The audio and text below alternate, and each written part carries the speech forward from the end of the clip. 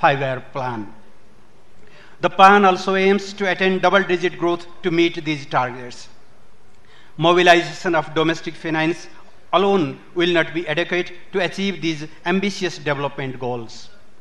Foreign direct investment is, therefore, essential to meet our resource requirements. Over the last 3 decades or so, the country has been pursuing liberal economic policies and a competitive market regime.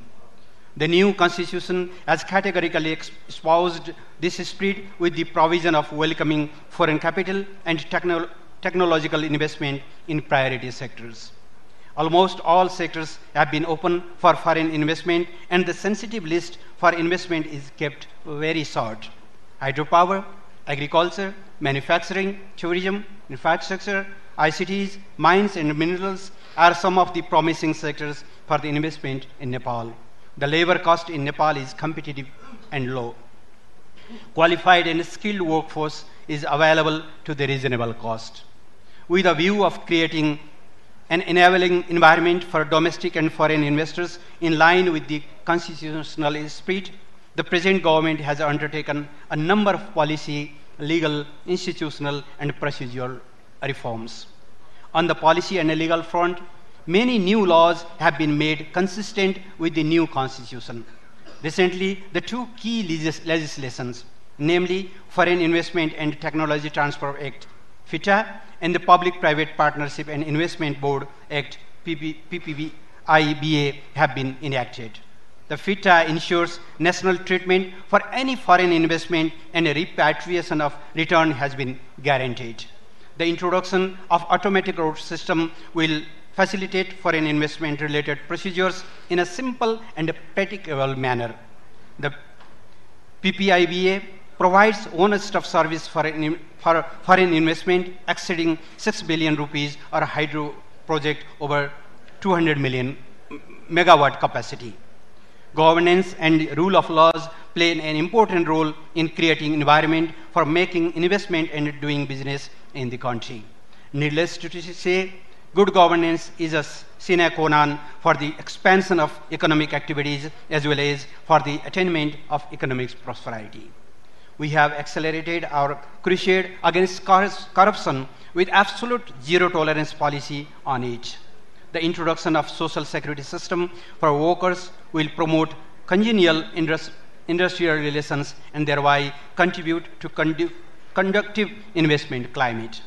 Nepal offers an attractive tax and export incentive structure to investors. Procedures for land acquisition, company registration, environmental assessment, and infrastructure development have been simplified. Online registration and payment system has been put in place.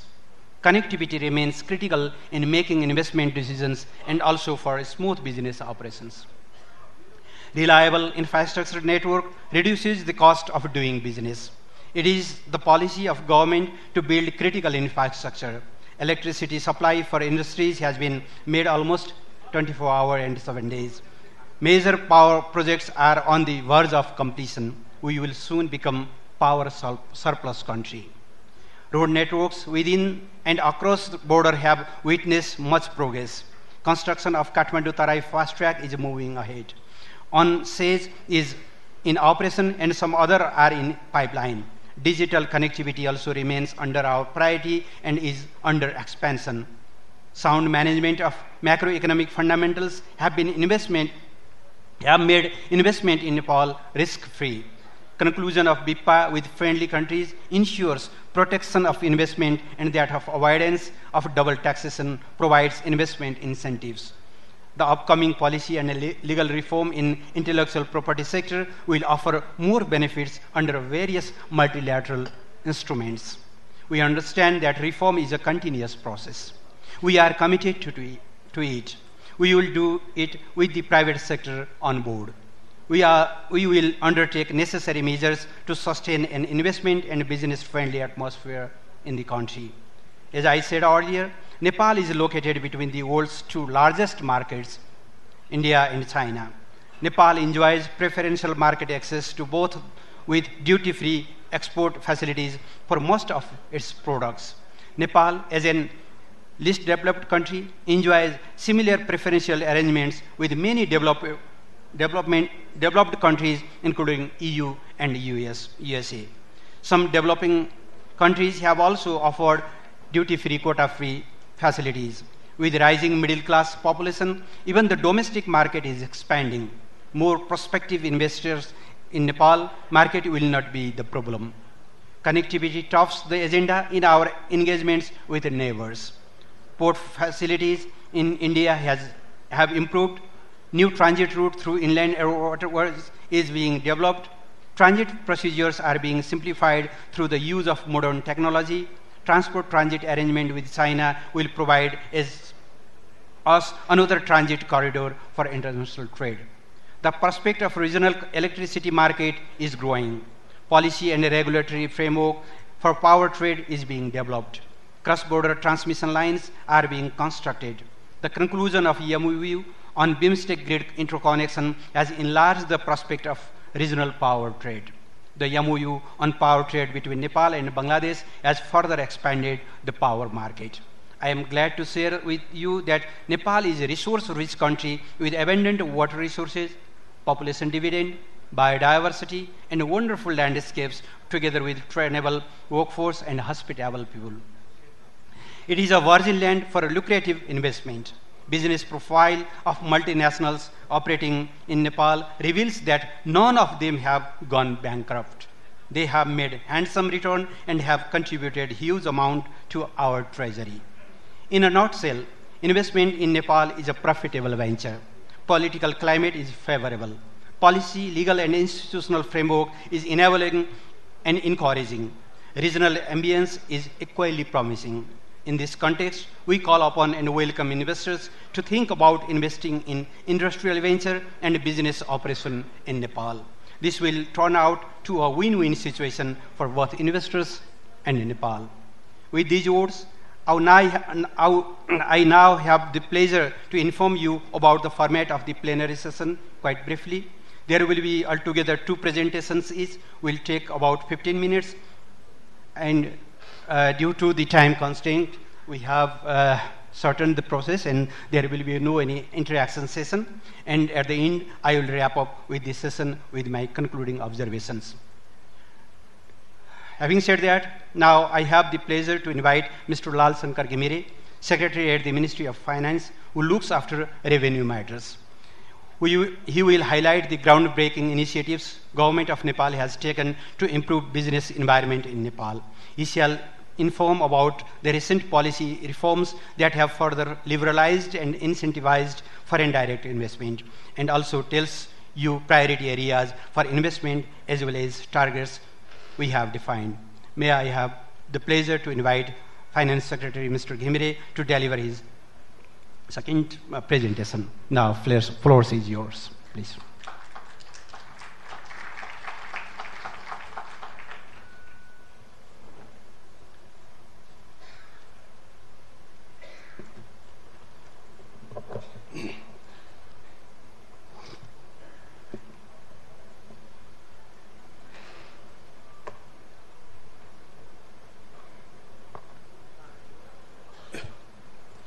Honorable Foreign Minister and Chair of the session, and distinguished participant of the Nepal Investment Summit 2019.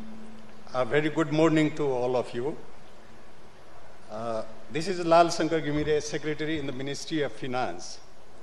From now to next few minutes, I am here to apprise you of a win-win strategy and business for the government and for the investor. Policy reform initiatives of the government of Nepal.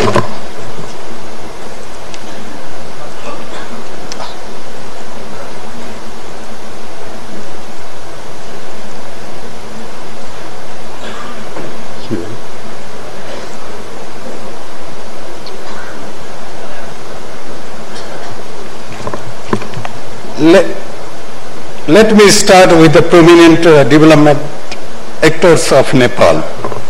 One set of the actors include the legislature, the executive, and the independent judiciary, and are created by the Constitution of Nepal.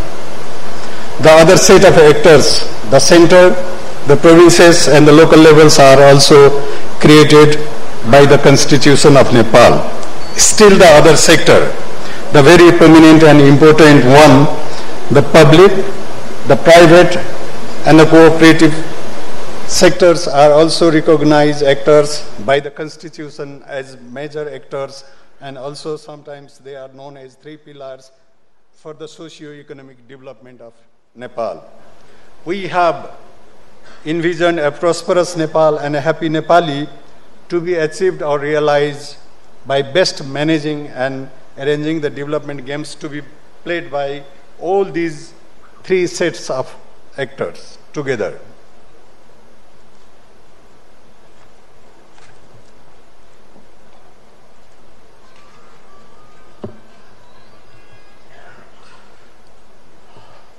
We have a solid foundation for development actors to actively participate in government development efforts.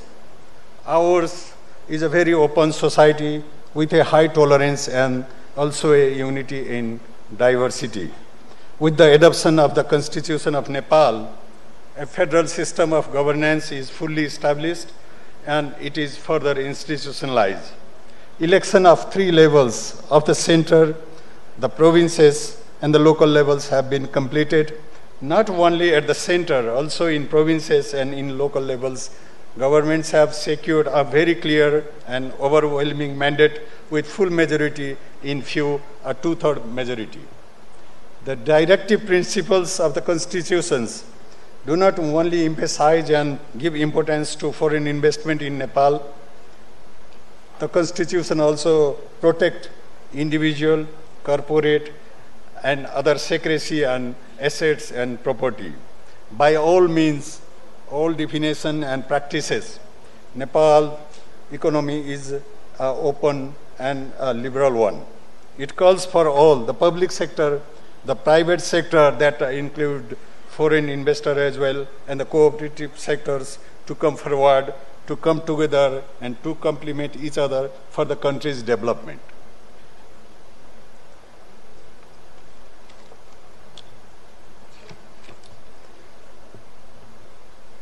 Not only Nepal is a liberal economy, it has transparent, scientific and predictable tax and trade laws. As such, they are aimed at creating, encouraging, expanding and facilitating investment and business.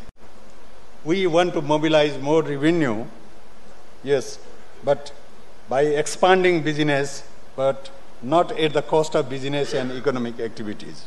We believe in and committed to an accelerated growth to rapidly reducing poverty and increase national income.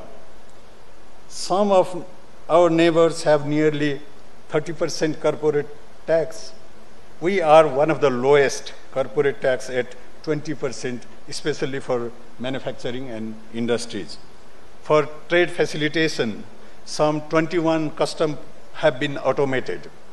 These customs handles nearly 100% of export and import to and from Nepal, and 85% of goods and services entering the custom premises of Nepal gets same-day clearance. Investment-related laws have been made competitive. There is a hassles-free foreign exchange management regime and labor laws amended with no work, no pay, hiring and firing, and no strike as main provision. The one window or the one-stop service now will have official assigned with full authorities required that they will not require further endorsement of or approval from their parent organization or the ministries or the so-called up offices. A new Forest Act is being enacted that allow investor to get priority for using the forest land. In addition, the government will either reimburse to investor or allocate adequate budget or resources for access roads to projects and for electricity generation and transmission.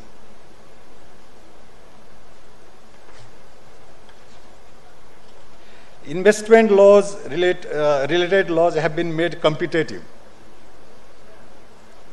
There is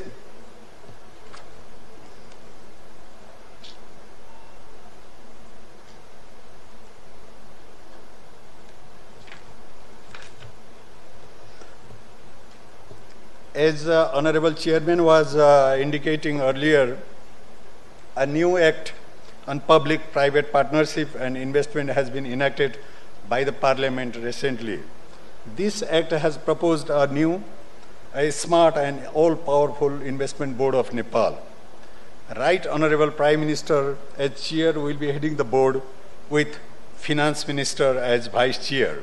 Administratively, the board will have a highly competent and professional chief executive officer with a fixed and very predicting tenure. There will be an exclusively dedicated center for facilitation and managing projects requiring viability gap support to projects to be implemented as public-private or private-private partnership as well. This center would also work as center for investment management and including a help to mobilize blended finance from different and various sources. The board will also act as one-stop center and is mandated to approve all projects with an investment or cost of more than $60 million and hydropower projects of 200 megawatt installed capacity. One-stop service will be available for projects to be approved by the Industrial Promotion Board, chaired by the Industry Ministry, up to $60 million and approved by the Department of Industries up to $5 million.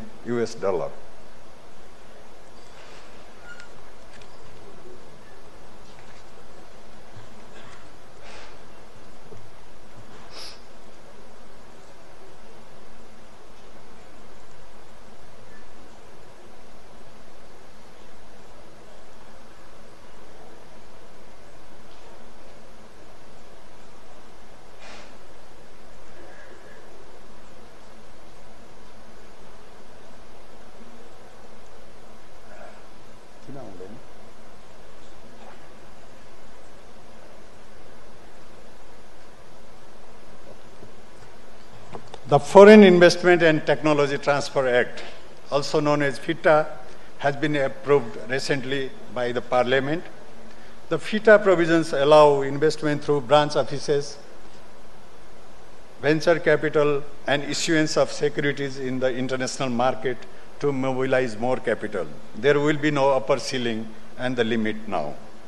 We have proceeded for sovereign ratings of our country, and the results can be expected to be available to the investors soon. The FITAs allow operating foreign currency account in the banks and guarantee a full repatriation of portfolio, dividends, and other income made by foreign investment. It also allows choices for dispute settlement mechanism. Additionally, we have a grievance handling mechanism under the direct supervision and oversight of the Right Honorable Prime Minister and his day-to-day office, that is Office of the Prime Minister and Council of Ministers. The FITA further guarantees national treatment for all FDIs, and the negative list, as indicated by Chairman earlier, has been made very narrow, very small, and very short.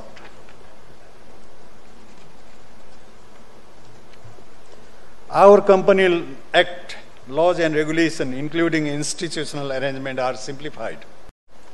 The process have further simplified. A dedicated multi-agency team will be regularly working to improve doing business environment. The Company Act also provides corporate as well as trademark and brand names. This act also allows 101 shareholders, even for the private companies. 24/7 online service will be ensured for the registration of companies. The Industrial Enterprises Act further clarifies procedures for EOE, that is entry, operation, and easy exit if the investor or company wishes to exit. There will be no and not nationalization. One-stop service will be available to approve and to decide customs, taxes, land, immigration and visas, and foreign exchange matters. Official assigned in this office again will not require to forward, not to get further clearance from your headquarters. They will be empowered to make final and full decisions. Our labor laws have provisions for no work, no pay. The labor law also allows especially foreign companies for hiring foreign personnel and expatriates. The hedging rules approved by the government 3 months back ensure exchange rate as well as interest rate locking initially for a period of 10 years. We have also introduced other specialized and sometimes called alternative financing mechanism such as venture capital, startups, and private equity. The Special Economic Zone Act gives us facilities to investors willing to be producing tradable goods and services to be sold at home and at the same time to be exported abroad.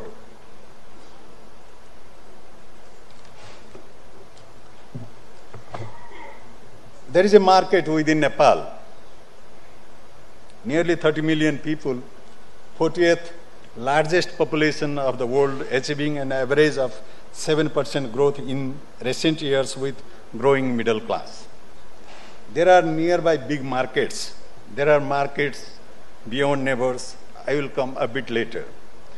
We are now focusing on roads, railways, energy, agriculture and tourism. Nevertheless, there are opportunities in all sectors of the economy to invest. In roads, we plan 2,000 kilometers of fast-track roads, railway again 2,000 kilometers, 15,000 megawatt of energy, 5 million tourists a year, 4 to 5 international airport and commercialization of agriculture sector for self-sufficiency in food and at the same time creating forward linkages for agricultural industries.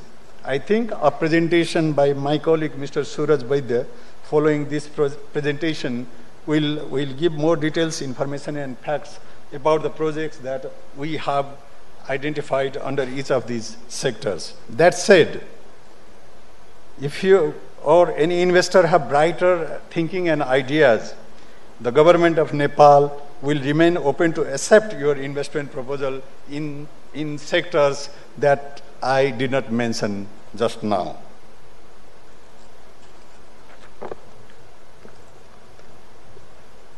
The windows to the world. Earlier I mentioned about domestic market of nearly 30 million population of Nepal. Later, probably I will show you nearby 3 big markets with a combined population of more than 2 billion. Being a member of regional forums, for example, the SAARC and the BIMSTEC, and member of MIGA, the World Trade Organization and other markets for Nepalese production goes beyond our borders, our neighbors. There is a global market. In some areas, we will have markets for overproduction of goods and services. In others, in all areas, we will definitely have market for our smart production. We have business and investment promotion agreement concluded with 6 countries. Also, double taxation avoidance agreement with 11 countries, the latest being our DTA with neighboring Bangladesh. We are processing for DTAA with few other countries.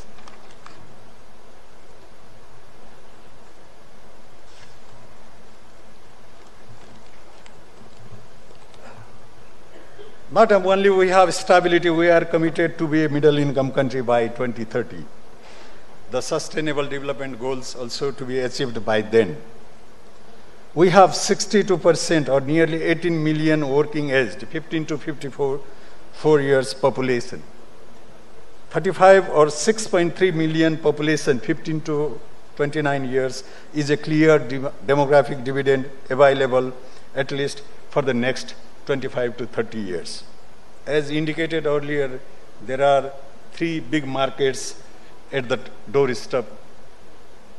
Nepal's unique geography and biodiversity provides not only a comfortable living but also provides more opportunity to invest in unique products, the smart goods and services. Nepal probably is the only country in the world where most part of the country needs no air conditioner, neither for heating nor for cooling. The time zone Nepal is located also gives special advantage for investment and business, especially in the service sector. Business in Nepal can grow, earn and benefit when nearly more than half of the world remains sleeping or maybe dreaming and just thinking.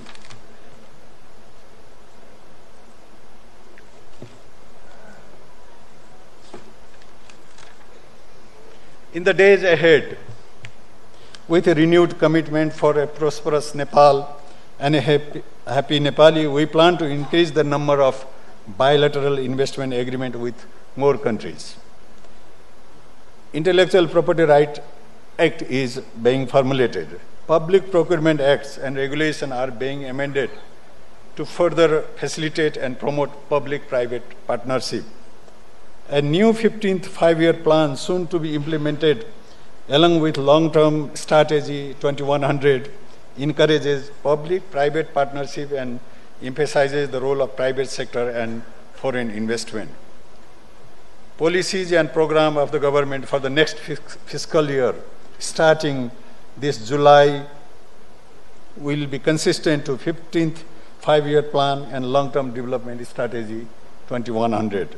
The upcoming budget will not only be consistent with government's commitment, it will ensure all commitment of the government to be truly and really translated into action.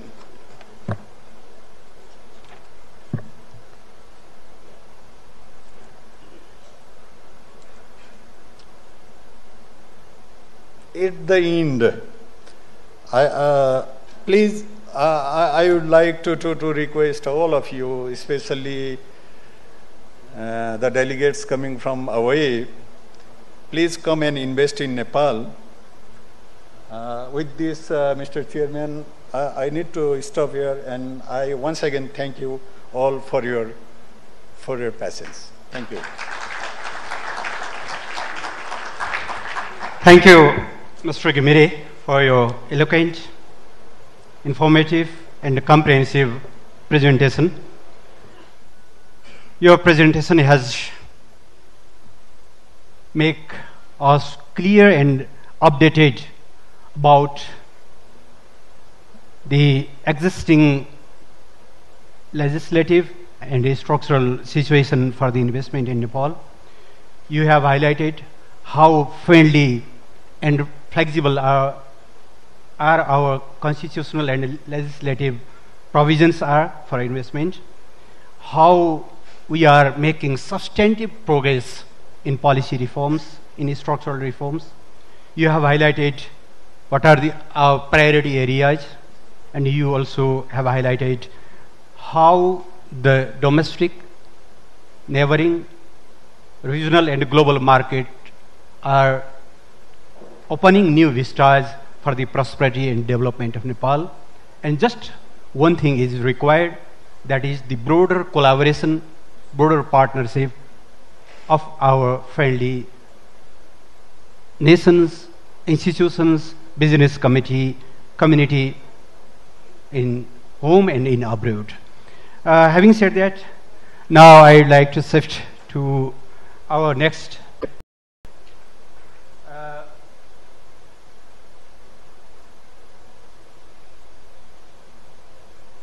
now I have the pleasure to invite Mr. Suraj Vaidya, Chairman of Vaidya's Organization of Industries and Trading House. He previously served as the President of Federation of Nepali Chambers of Commerce and Industries, and also as the President of SAARC Chambers of Commerce and Industries. He will shed light on the promising projects that have high potentiality of returns for investors. Based on his long experience in Nepali commerce and industries, he will describe priority projects where profitability is alluring. It will certainly be beneficial to you all to hear from someone who has tested the water and knows the currents. May I have the pleasure to invite Mr. Suraj Vaidya. Now, floor is yours.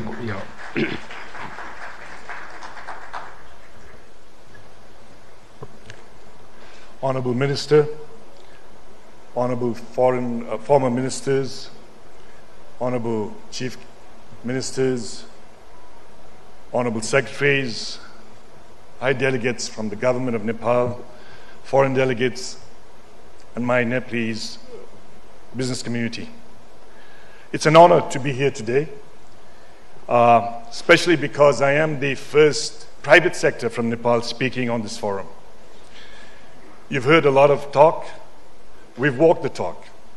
And from that point of view, I think what's been presented here today has tremendous of work that's gone into it. And I need to say, before I start, I need to commend the Right Honorable Prime Minister for his personal dedication in making sure that this investment summit is not just an event. It is something that we bring investment into this country, create jobs. So that's something that we private sector would like to acknowledge.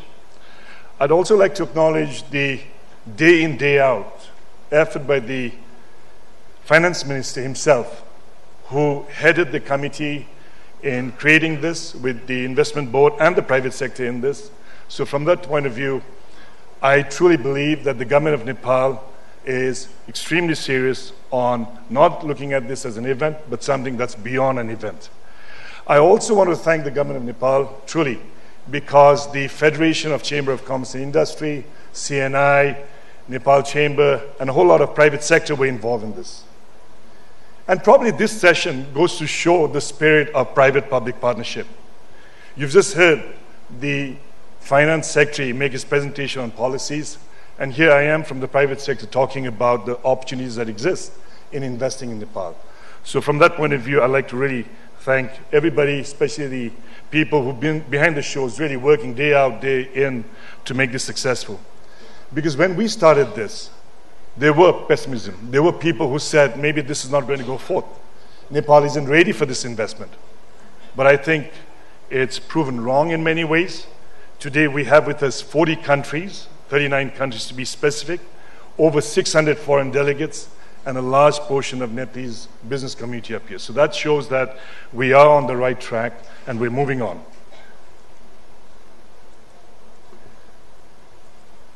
Nepal, oh, this moves very fast. Well, okay. Nepal is a mountain of opportunities. IT technology sometimes moves very quick, so we need to keep pace with that. Nepal is a mountain of opportunities, truly, in every sense. It's not that we have Mount Everest in Nepal, that just signifies the potential we have in Nepal. So if you're willing to take the risk, you're willing to move ahead and invest, Nepal offers you that opportunity to invest in Nepal. Nepal has been moving on. The last investment summit, this is the second edition. The first one was held in 2017. Nepal is the youngest democratic republic in the world today. And that's in a very short time we've achieved that.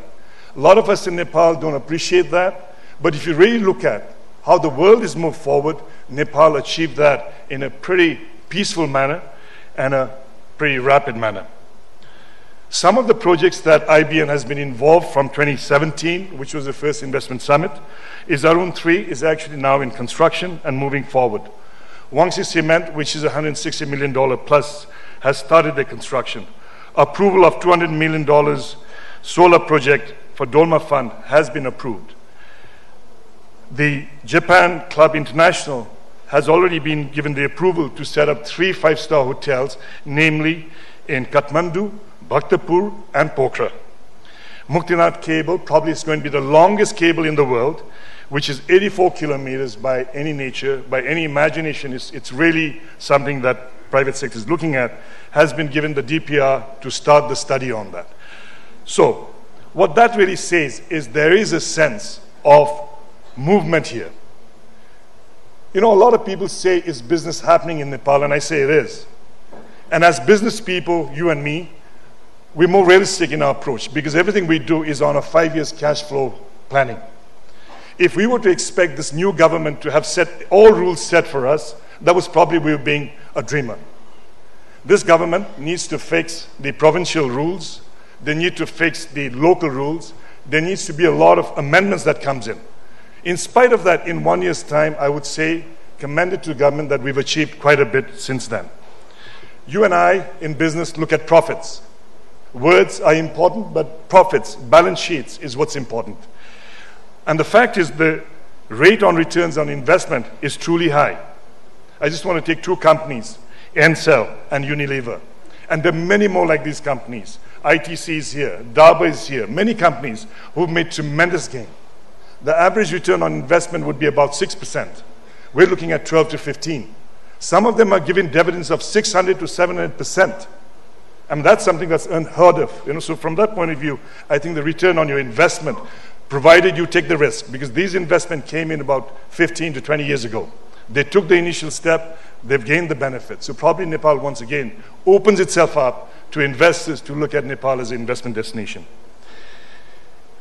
Nepal's economy hasn't done too bad in spite of what's happening all around us. I mean, 6% growth is a respectable growth in the country. And this is amazing. We've had 3 elections. And there was not just election, there was massive turnout, 70% plus. But what was amazing in this election was every political party, from the smallest village to the municipalities, to the provincial, to the central election, the election was fought on economic agenda. So that gives me the belief that the politicians are serious about taking economy forward. And that's something that we need to look at. And lastly, in 2017, when we had the investment summit, if you please go back and you see that, the biggest concern of the investors was, will Nepal have a stable government?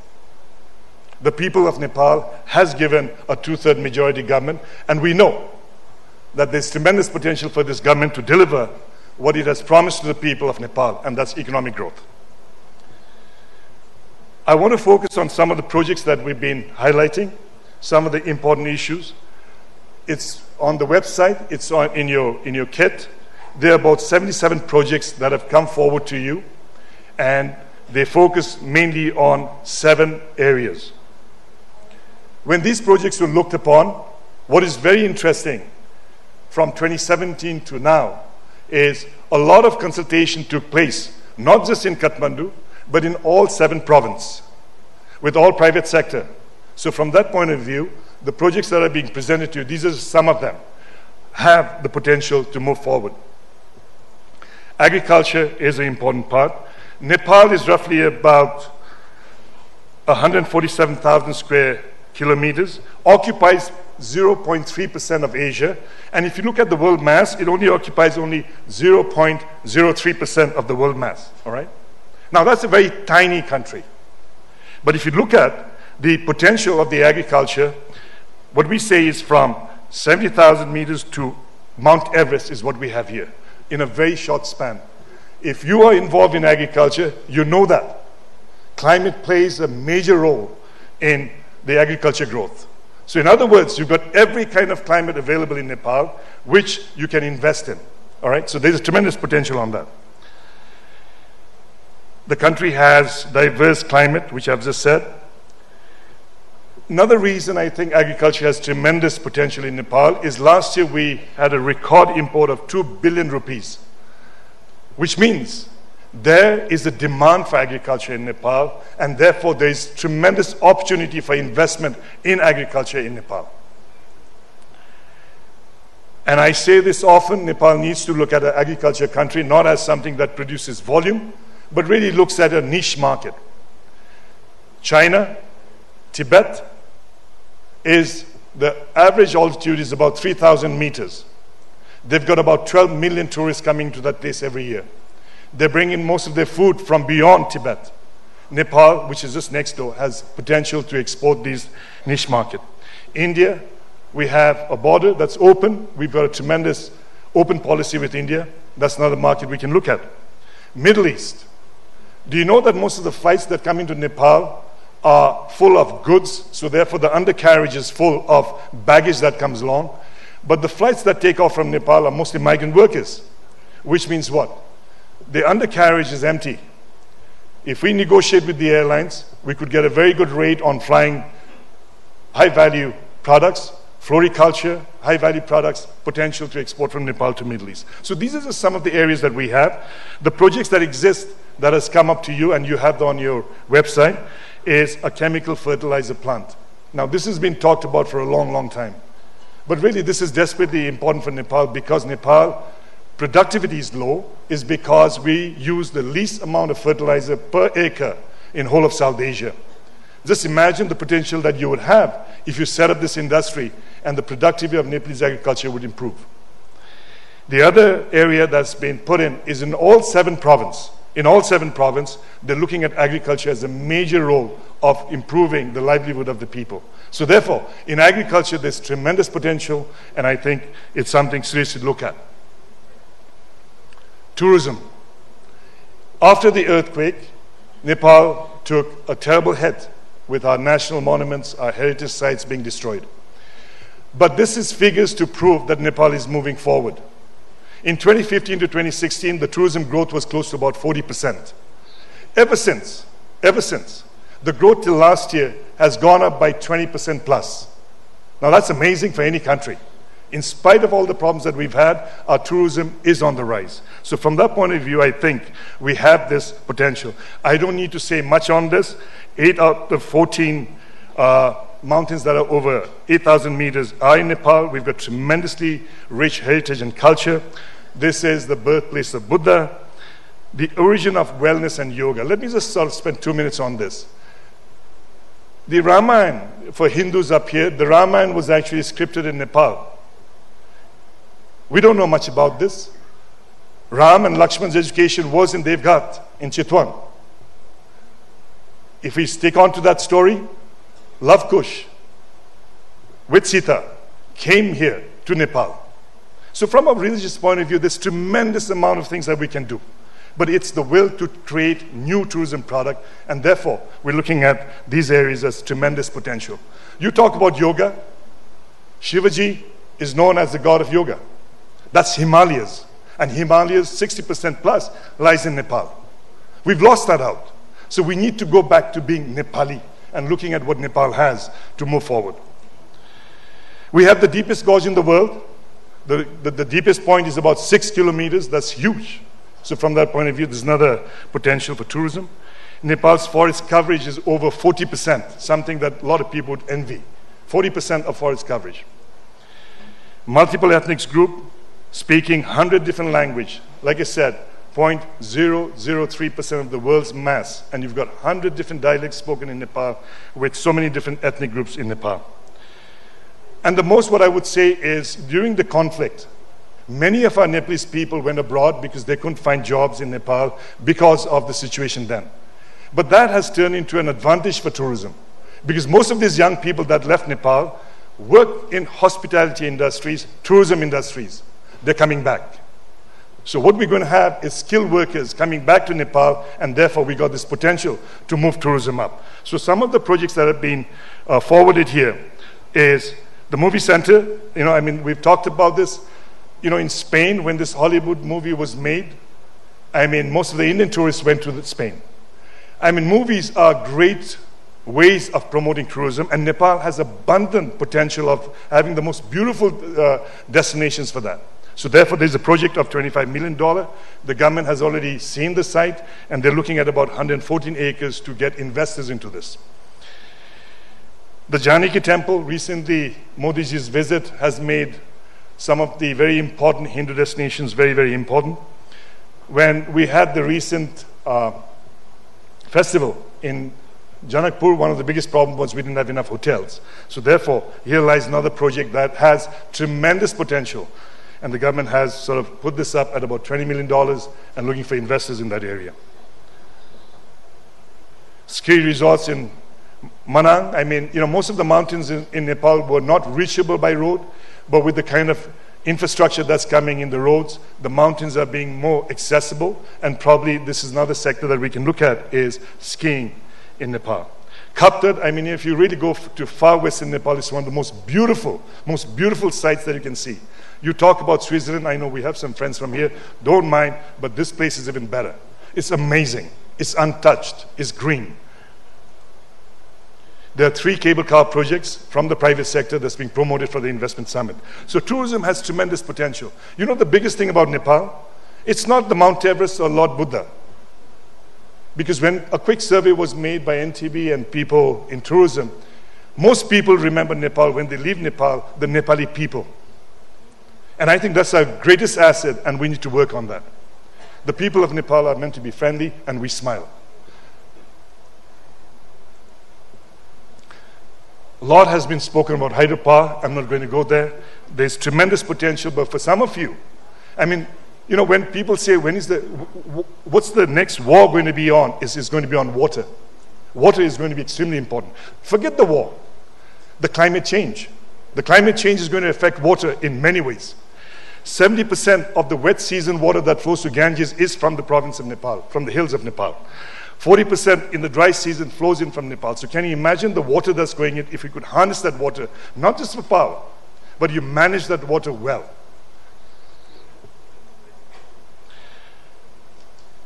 So it's a tremendous resource. It's very, very important that we look at water, not just in terms of energy, but in terms of what it does to agriculture, to livelihood, to everybody else. Because you can do without fuel, but you can't do without water. And that's what Nepal has plenty of. Nepal's need for energy is growing on a daily basis.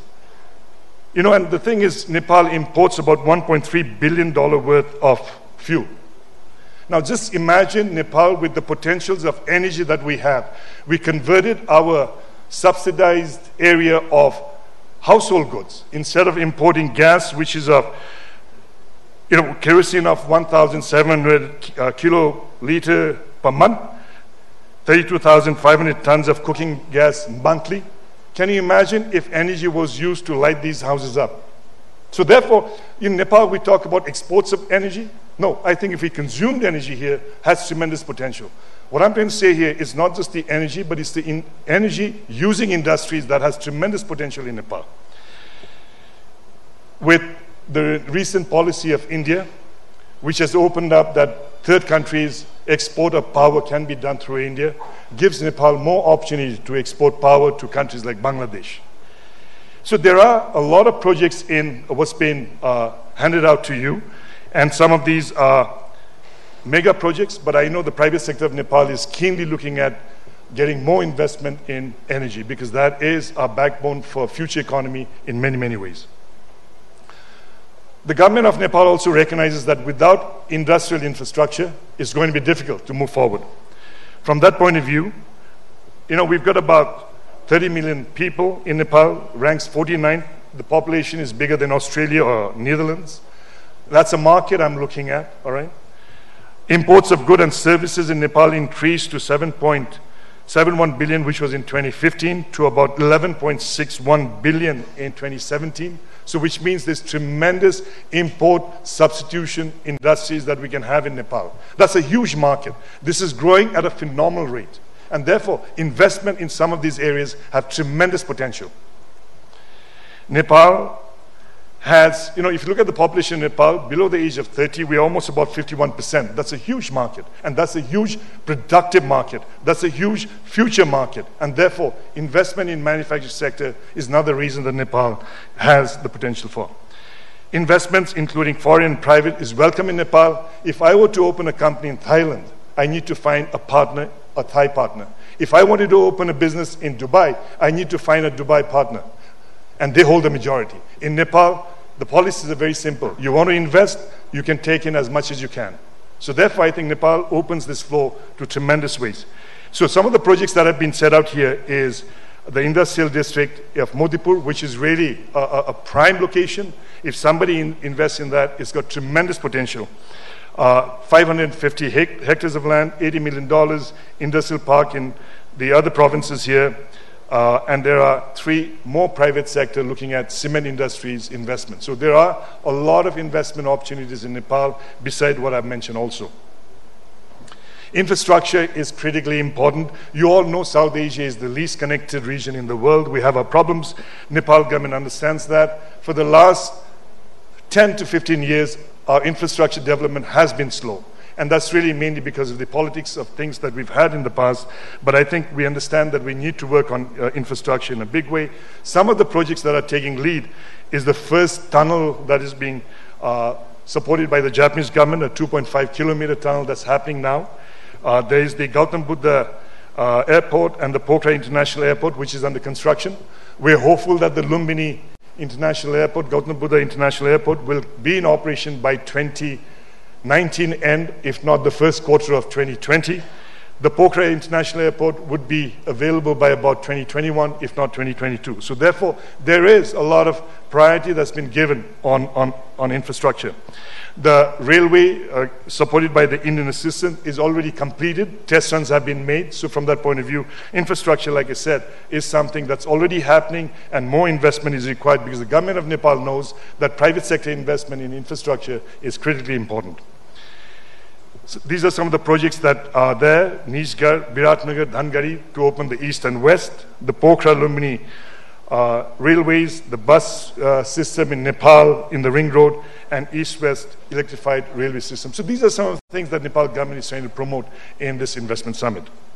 Health education is critically important as we speak, and you all know that no countries can move without literate citizens and a good health citizen. So therefore, I think these are the fundamentals that's required for that. You know, this is amazing. From 2000 to 2016, the Nepalese that went abroad increased by 835%. Can you imagine the amount of, forget the number of people just going out, but the number of foreign exchange that's going out of this country, the potential that Nepal has. Japan. In Japan, the international students that go there, we rank 3rd. In Australia, the Nepalese students that go from Nepal is 10th. So can you imagine if there were good institutions in Nepal, these young Nepalese would not leave their country because they could get a lot more done here. So therefore, tremendous opportunities in education in Nepal. Medicine, medical, the same thing. I talk about wellness centers of Ayurvedic, and they all have tremendous potential. So these are areas that I think one needs to look at. So there has been some projects from Dhulikil Medicity, which is $74 million, and all seven provinces are promoting to get investment into these health and education sector. So therefore, we have a system where the government is working towards, and I think it has the potential. The Technical University in Gandaki, $61 million is again something that's there on the project itself. Urban infrastructure, when Nepal had this problem, if you look at it, some of you really don't want to drive in Kathmandu during the day because the traffic is so congested, and that's because really of the overpopulation that we have and the management that's required. The government is looking at this as a very serious issue. Hitauna Smart City is something that's been proposed, which is $300 million. Accordingly, Nepal International Convention, this morning, when we walked in, people didn't have enough place to sit. Therefore, if anybody goes into an investment for a Nepal International Convention Center, I assure you, you're going to make good money. All right, so there's investment opportunities up here. And then solid waste management is critically important for Nepal, and that's something we're looking at. What's the difference between 2017 and 2019 Investment Summit and this government? They've given us some deadline. Private sector wants to see that the government is serious when they present projects. What has surprised me is actually there's a timeline on these projects. There's a commitment from the government of Nepal saying they will respond to you within certain dates. There's also a requirement for the private sector to say that you are going to be going on with this. So from that point of view, time is an essence. And I think this is something that's really new for Nepal, and something that I really commend the government of Nepal to saying that we will respond to you by certain times. So from that point of view, I think it's a great thing, and I think private sector, we need to be looking at this in a much more different way because the government of Nepal is serious on the investment. Let me end the slide by saying 2020 has been declared as Visit Nepal year, and the tagline is experience, lifetime experience. We want to welcome you. We want you to come and experience your lifetime experiences in Nepal, but along with that, if you bring some investment, would be great. Thank you.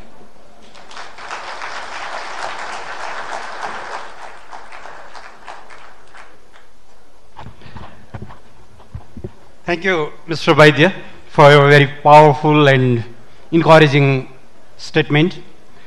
After listening to you, we all are very confident that a new Nepal is emerging, as the Vice President of World Bank mentioned in his inaugural session. A new Nepal which is ready to welcome the investors from abroad, ready to collaborate, and faster its pace so that it can meet those friends who have gone far away in the very short span of time. You are quite aware that the public sector and private sector, the government policies and the private sector's priorities are very consistent. There is no any gap or contradiction between the government policies and private sector's concerns. That is the prerequisite for a robust investment environment.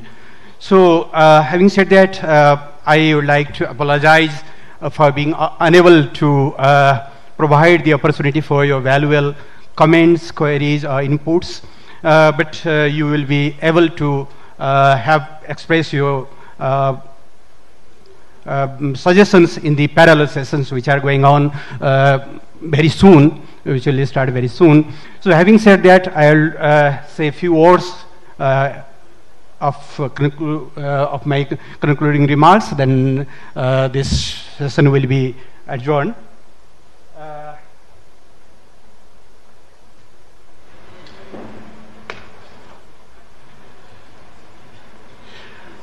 Distinguished participants, globally, foreign direct investment accounted for 2/5 of total foreign financial flows to LDCs in 2018. This is a huge portion of money that matters to our economic development. Therefore, I assure you that our commitments to attract and facilitate foreign direct investment in the best possible business climate will stay the course for decades to come. That is, we will adopt more and more foreign investment-friendly policies in the days ahead. Perhaps I underline that regional business climate is improving both under bilateral and regional frameworks. Thus, investing in this country also opens the way for integrating into regional value chains, thereby gaining efficiency and sustainable growth of business. As a matter of fact, the scale of foreign investment to date is scanty, but the growth in FDI is impressive as it stands at 26% per annum in the last 5 years. I think this alone is a pointer that business climate in Nepal is improving steadily. In my capacity as the foreign minister of the country, I wish to share with you that concluding bilateral investment promotion and protection agreements, double taxation avoidance agreements, and participation in regional investment agreements are our top priority. We have already concluded half a dozen BIPAs, nearly a dozen DTTAs, and negotiating regional investment agreements in BIMSTEC and SAARC. I am confident that this will further ameliorate business environment in the days ahead. Furthermore, I am delighted to inform you that the large-scale connectivity projects with the neighboring countries, India and China, including BRI projects, are already underway, and accordingly, we have focused on massive infrastructure development within the country as well. Thus, I believe that the investments in these projects will be profitable, and completion of these projects further open up new business opportunities and help existing business to flourish further. Currently, we are working on country-specific FDI facilitation strategies in order to ensure matching potential foreign investors of a particular country and priority investment sectors in Nepal. We are also planning to catalyze building close relations between research and training institutions in investment sectors. I think this will facilitate win-win investment partnership between the host and source countries. Likewise, we are well poised to mobilize all our missions across the globe to facilitate foreign investment through essential services to investors. They include quick responding to inquiry and information seekers, solving problems, facilitation of first-time country visits for investment purposes, and aftercare services throughout investment cycle. At this juncture, it is pertinent to realize the indispensable role of NRINs, non-residential Nepalese, that have been a succor in almost every sphere of national life since some decades. I fondly recall the NRN Global Knowledge Conference held last year, which provided us with inputs on how the best to utilize their knowledge, skills, capital, and experiences. I appeal NRNs to come forward more vehemently. It is true that foreign investors sometimes roll back or retract their decisions due to some uncertain local factors. But we have the greatest resources to our rescue.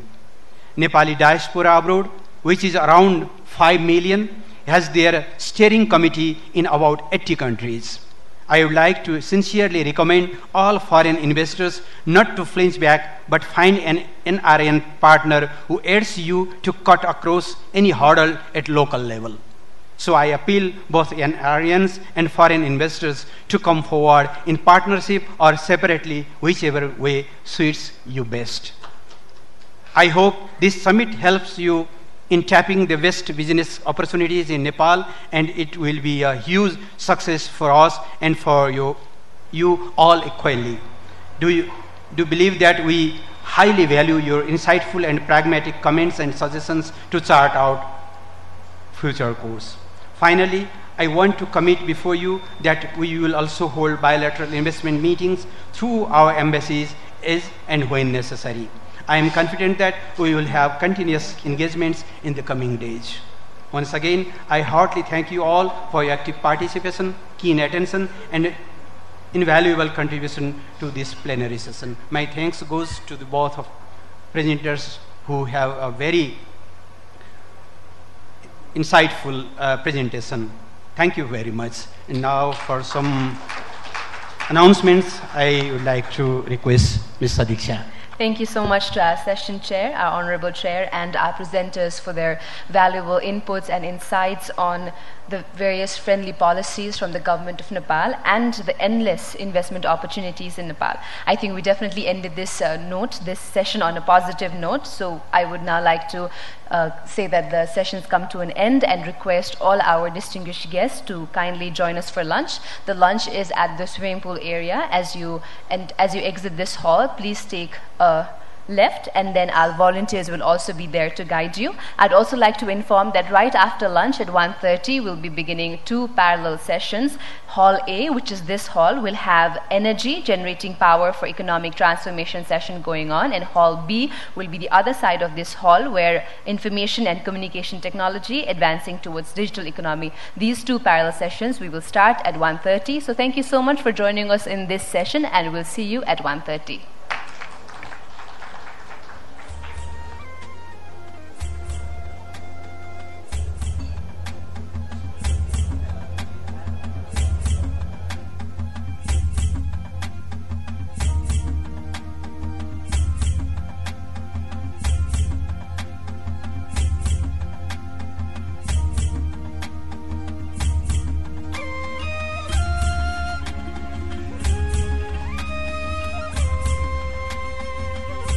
On. I would also like to request all our volunteers of Nepal Invest Summit 2019 to kindly guide our guests to the lunch venue if in case there is any confusion. The lunch venue is at the swimming pool area. And once again, a humble request to all our guests and participants to kindly join us in these halls, in this hall, which will later be divided into 2 halls for the parallel sessions. Since we are really running behind time, we would like to start at 1:30 on the dot. So a humble request to all our participants, to our speakers, to our moderators and chairs to kindly be here by 1:25 so that we can start our session at 1:30.